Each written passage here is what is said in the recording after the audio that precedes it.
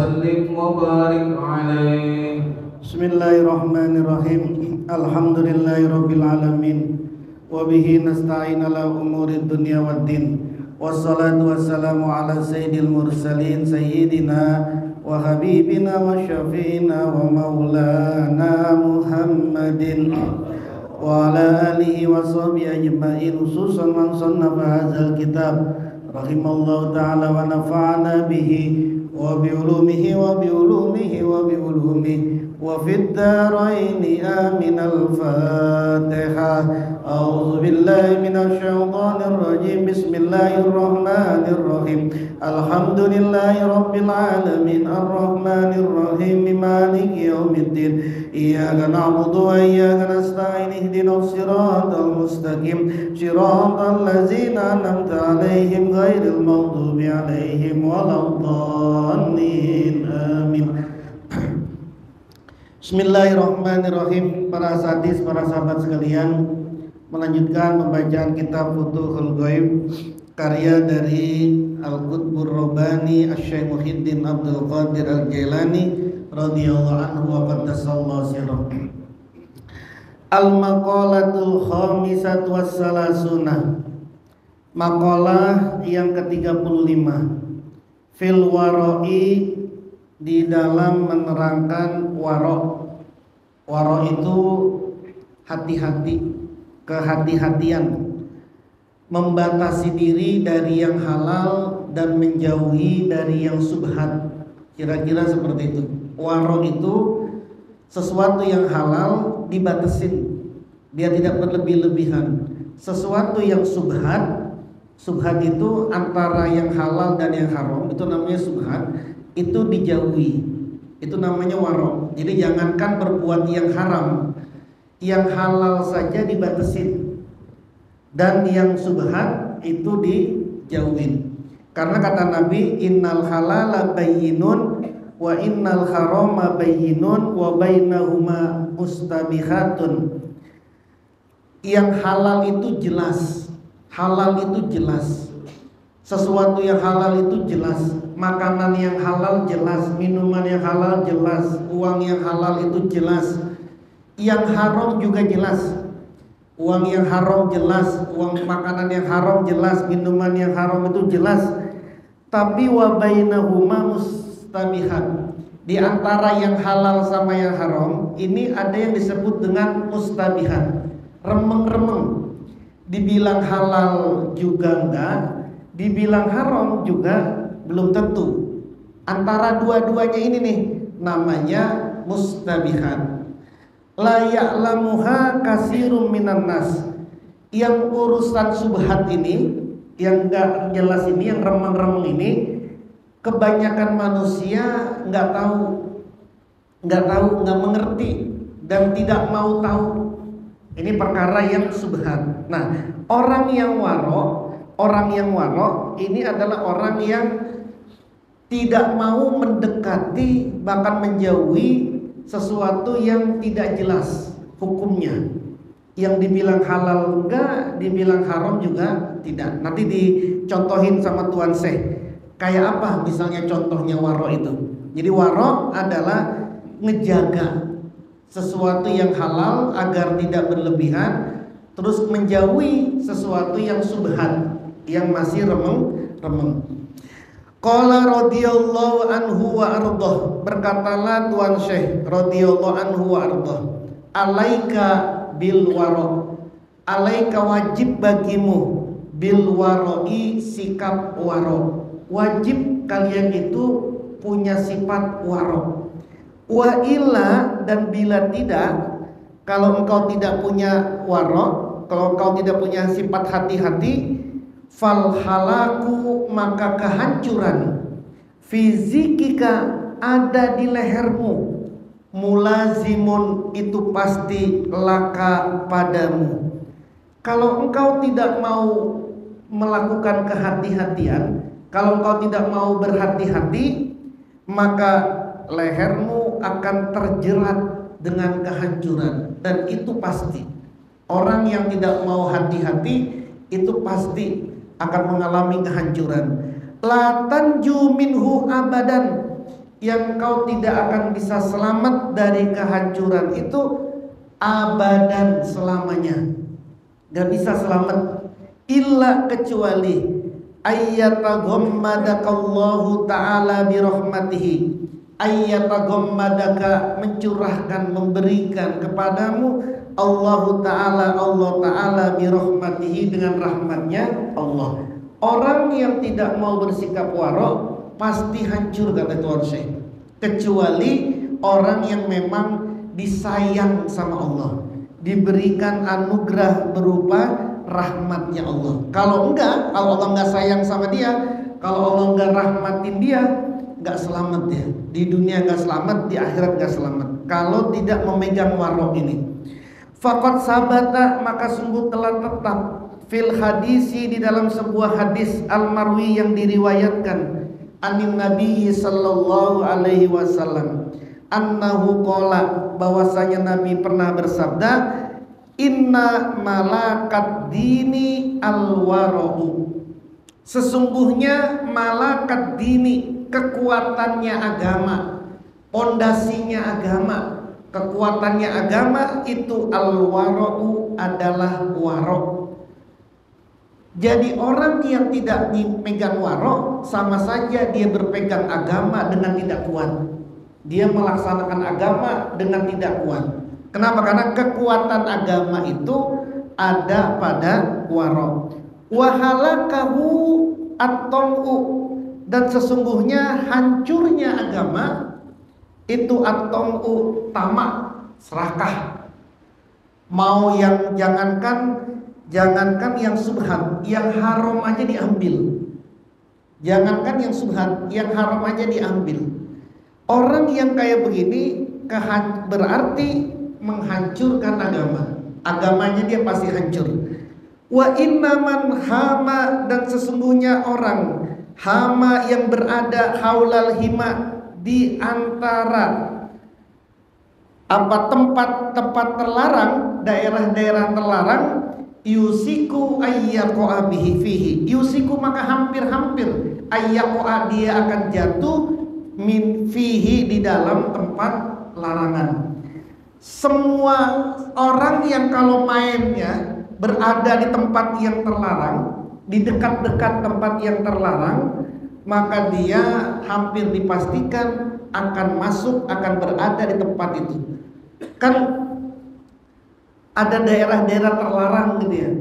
Terus dia mainnya di pinggir-pinggiran situ, maka dia hampir dipastikan bisa jatuh atau bisa masuk ke daerah terlarang. Kalau bahasa kitanya, jangan suka main di pinggir jurang, nanti bisa jatuh. Kalau bahasa kita ini, jangan suka main di pinggir jurang, nanti bisa jatuh. Nah, main di pinggir jurang ini, itu kalau dalam bahasa hadisnya adalah orang yang berada di sekitar daerah terlarang. Kalau ada orang yang main-main di daerah terlarang, di sekitar daerah terlarang, maka dia akan bisa jatuh ke dalam situ. Seperti apa? Karroti'i, seperti orang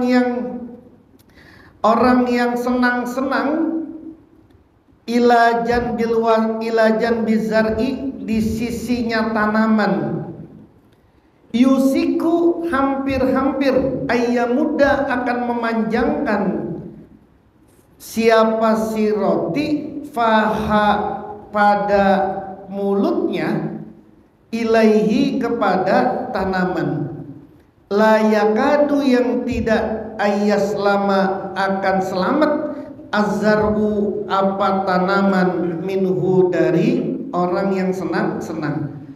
Kalau ada orang pesta-pesta, senang-senang di bawah pohon rambutan misalnya, dan pohon rambutannya itu berbuah tapi bukan punyanya dia, lalu dia bersenang-senang di dekatnya pohon itu, maka hampir dipastikan dia sengaja atau enggak sengaja akan ngambil buah rambutan itu, padahal itu bukan miliknya.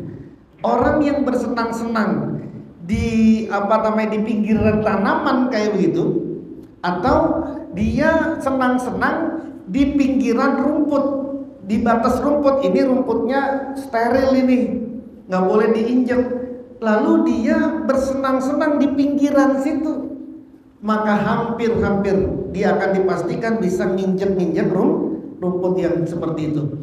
Kalau dalam hadis yang lain, baginda Rasulullah itu menyontohkannya adalah karroi yar'a haulal khima, seperti orang yang mengembala di sekitar daerah terlarang. Misalnya ini daerah terlarang nih, daerah terlarang. Dia mengembalanya di pinggirnya nih, di pinggiran batas terlarang.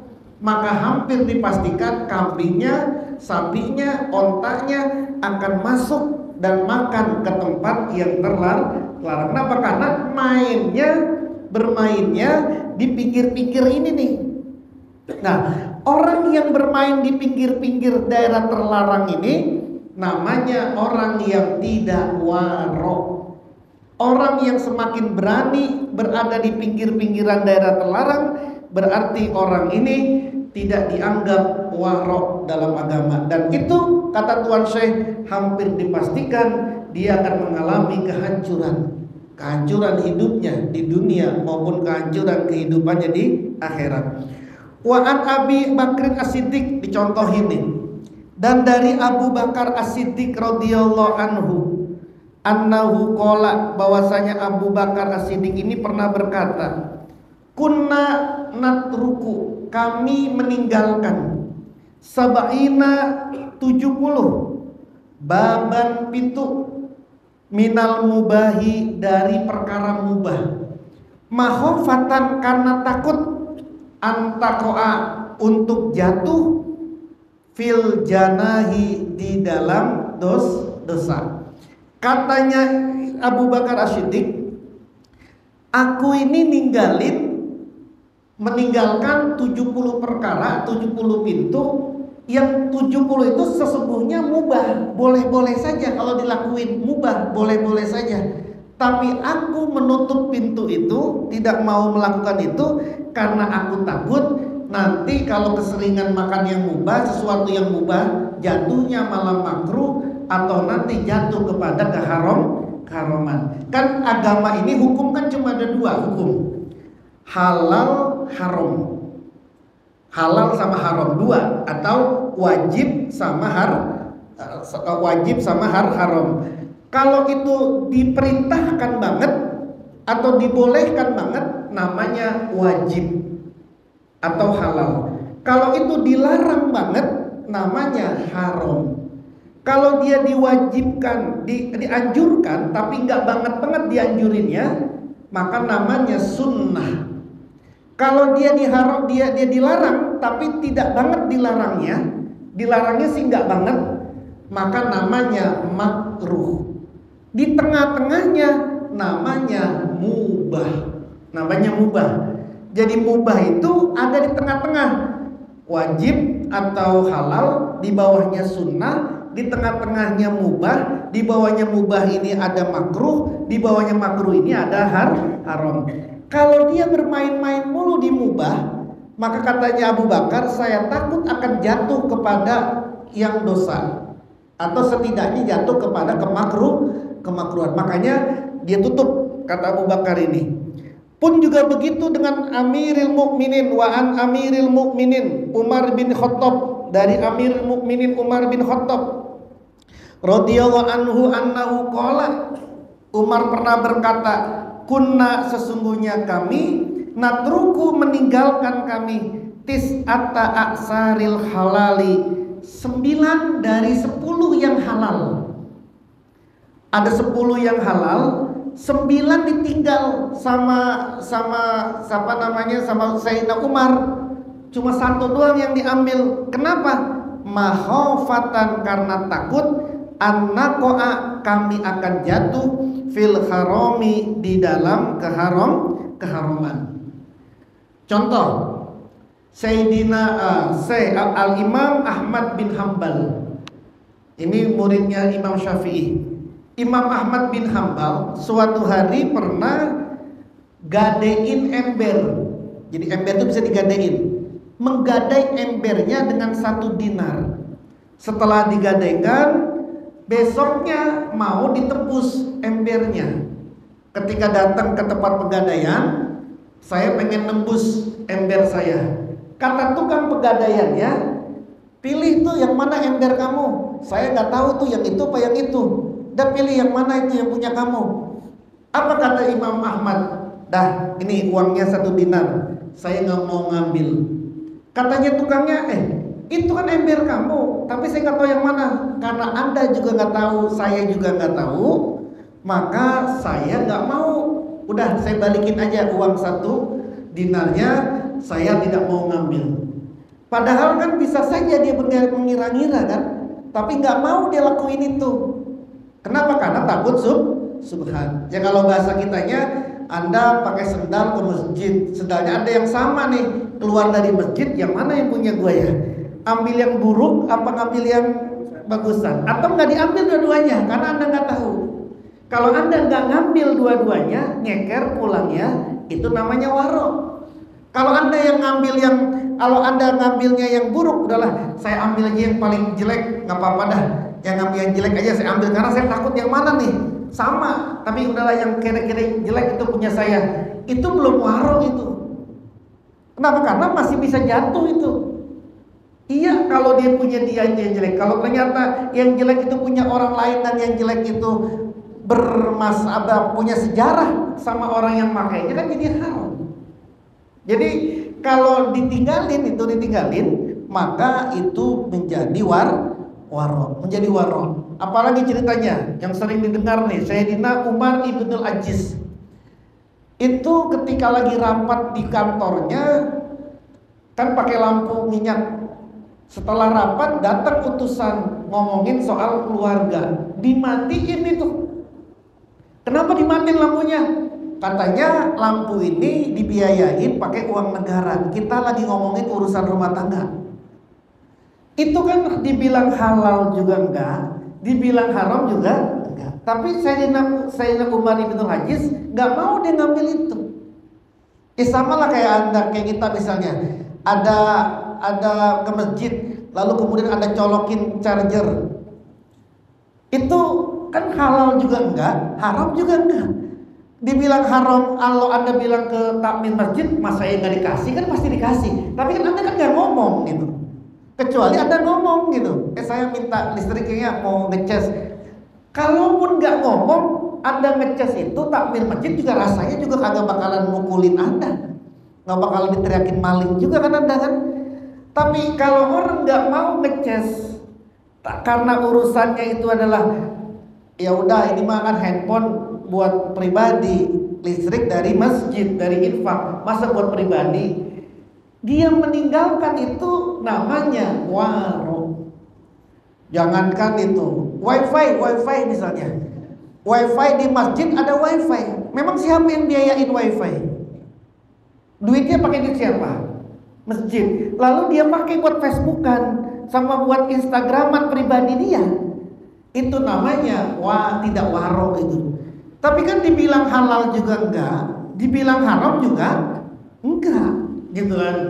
Artinya pengurus masjid ya oke-oke aja, ya nggak apa-apa ya dipakai aja wifi-nya. Meskipun wifi itu buat pribadi, buat buka Facebook, buat buka Instagram sendiri, bukan urusan masjid. Kalau orang meninggalkan itu nggak mau dipakai, itu namanya orang yang waro. Gitu, jelas ya, waro itu kayak begitu. Sama tuh seperti Ibrahim bin Adham. Suatu hari nyewa kuda dari tempatnya di Baghdad ke Amman, ke kota Amman, di kota Amman, Yordan, Amman. Lagi di tengah-tengah jalan jatuh cemetinya. Udah lewat nih, ketinggalan itu cemetinya. Ibrahim bin Adham turun dari kudanya, jalan kaki ngambil cemeti. Lalu kemudian balik lagi ke kudanya, jalan lagi. Kata temannya, wahai Ibrahim, gitu-gitu amat sih, kan tinggal muter balik aja ngambil. Apa kata Ibrahim? Saya nyewa kudanya dari Baghdad ke Amman, bukan nyewa kudanya dari Baghdad ke Amman balik lagi ke Amman. Ngerti? Itu namanya warok. Ya kayak Anda lah, Gojek nih, dari sini Gojek mau ke Mestik, nyampe di pasar atas lupa ketinggalan, atau nyampe di depan sini ketinggalan dompetnya. Itu kan kalau Anda bang, balik lagi bang, dompet saya ketinggalan, itu kan mestinya orangnya juga oke-oke aja. Tapi kan Anda kan nyewanya kan dari sini ke Mestik, bukan balik lagi. Mestinya kalau Anda ketinggalan dompet di Alfa depan, bang tunggu sini bang ya, saya pengen ngambil dulu. Itu namanya waro. Tapi pasti tukang gojeknya bingung, begitu amat sih bang, suruh aja balik apa sini, gitu kan. Tapi kan nggak jelas, nyewanya itu dari sini ke sana, bukan balik lagi dulu ke sini. Orang yang melakukan kayak begitu namanya waro. Nah itu seperti itu tuh, sifat waro itu banyak, cerita-cerita waro itu banyak. Nah, mengapa mereka melakukan kayak begitu? Fa'alu, mereka melakukan zalika demikian itu tawarruan karena waro, karena hati-hati. Hati-hatinya itu dari apa? Fi muqarabatil harami, di dalam mendekati yang haram. Segitunya mereka itu. Ahzan, karena mengambil biqauli Nabi sallallahu alaihi wasallam, dengan sabdanya Nabi sallallahu alaihi wasallam, likulli malikin hima. Tiap-tiap raja itu punya daerah terlarang.